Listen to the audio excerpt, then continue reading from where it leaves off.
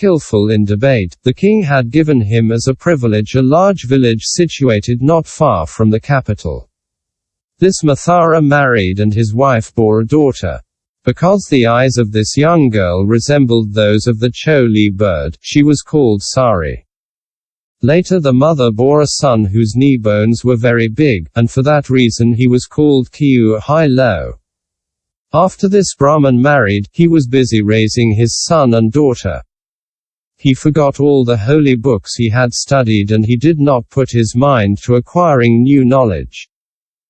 At that time, there was in southern India, a Brahman, a great master of teaching, named Cho. He had penetrated deeply into the 18 kinds of great holy books. This man came to the city of Rajagra. On his head he was carrying a torch and his belly was covered with copper sheets. When he was asked the reason for the second peculiarity, he answered, "The holy books which I have studied are extremely numerous. Thus I fear lest my belly will burst, and that is why I have covered it with metal."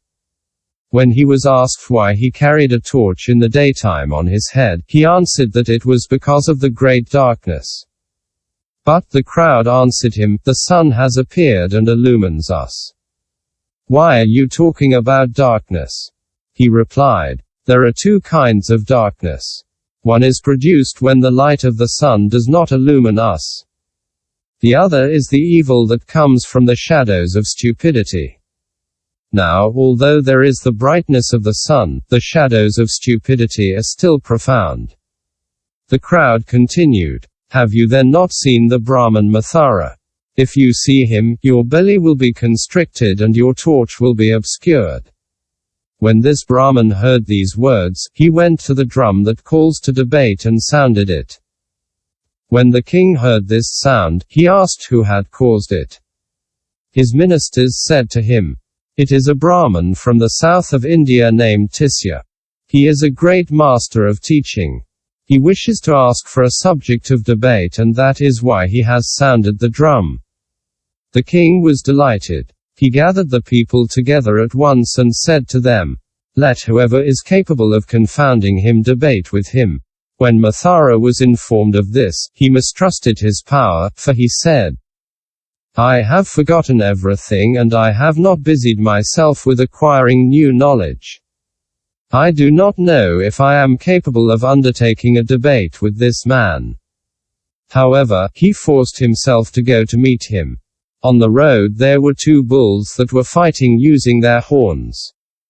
He had this reflection, "This bull here is me.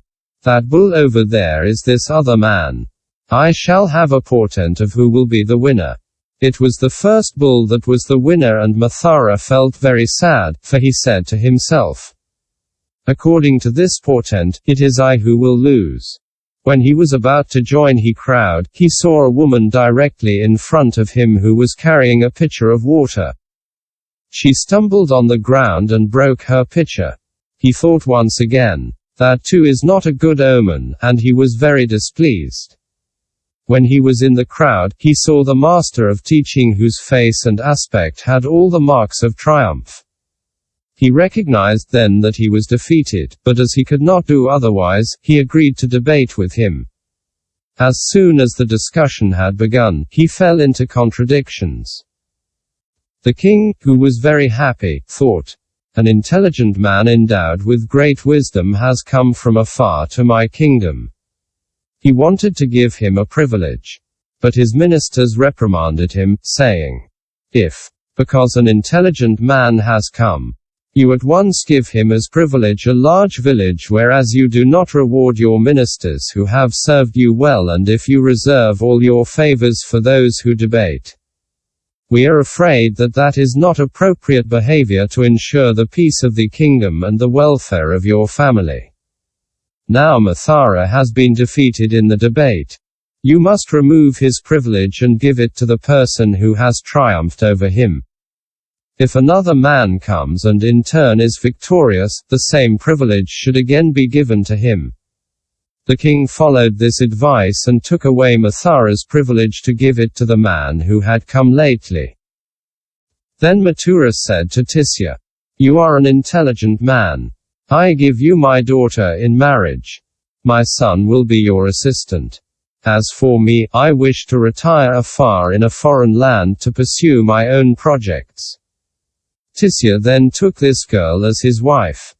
Having become pregnant, this woman saw in a dream a man who, wearing a breastplate and a helmet and carrying a thunderbolt in his hand, crushed the ordinary mountains and stood upright at the side of a very high mountain.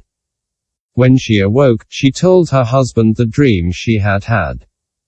Tisya said to her, "It is a sign that you will give birth to a son who will crush all the masters in the art of debate. There will be only one man whom he will not be able to overcome, and he will become his disciple." During her pregnancy, because of the son she was carrying, Sari herself became very intelligent and very skillful in debate. Each time that her younger brother Kausthila debated with her, he was defeated. He said to himself, "The son whom my sister is bearing is certainly of high intelligence. If he shows himself in this way even before he is born, what will he be like when he is born?" Then Kausthila left his family, gave himself up to study and went to the south of India. He did not cut his fingernails until he had read the 18 kinds of holy books and had completely mastered them. This is why the people of that time surnamed him the Brahman with long nails. 7 days after he was born, the baby boy was wrapped in white cotton to be shown to his father, who thought, "I am called Tisya. This child will drive out my name. Therefore I will call him Yopo Ti Cho, he who casts out Tisya." Such was the name given to this child by his parents. But other people, considering that it was Sari who had given him birth, with one accord agreed to call him Cho Li Fu, the son of Sari. Later, thanks to the previous vows he had made in many successive lifetimes, Sariputra became foremost of Sakyamuni's disciples in his wisdom. His name was Sariputra. This name thus came to him from the causes and conditions that consist of his previous vows. That is why he is called Sariputra. Question: why not say upatisya and why limit oneself to saying Sariputra?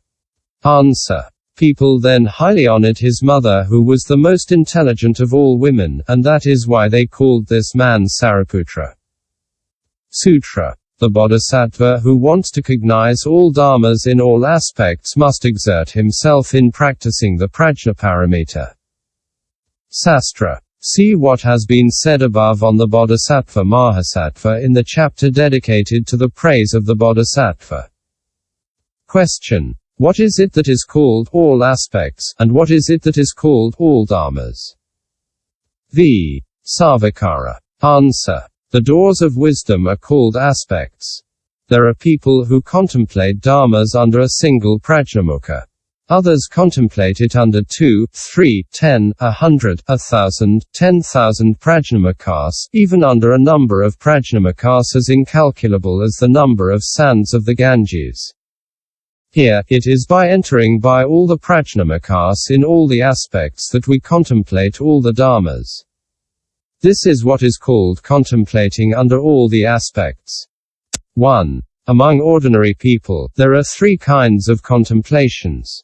To try to escape from desire and form, they contemplate the coarseness, deceitfulness and corruption of the desire realm and the form realm.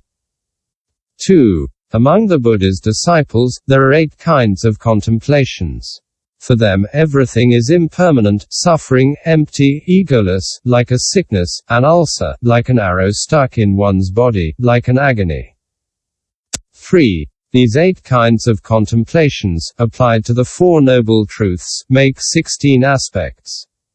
Grouped into 4s. These are the 4 aspects of contemplation on suffering. I. Anattaya, impermanent. E. Dukkha, suffering. E. Sunya, empty. IV. Anatmika, egoless. The 4 aspects of the contemplation on the origin of suffering. I. Samudaya, origin. E. Hetu, cause. E. Pratyaya, condition. IV. prabhava, process. The four aspects of the contemplation on the cessation of suffering. I. Nirodha, cessation, E. Santa, tranquility, E. Pranita, excellence, IV. Nisarana, deliverance. The four aspects of the contemplation on the path. I. Marga, path, E. Nyaya, rational, E.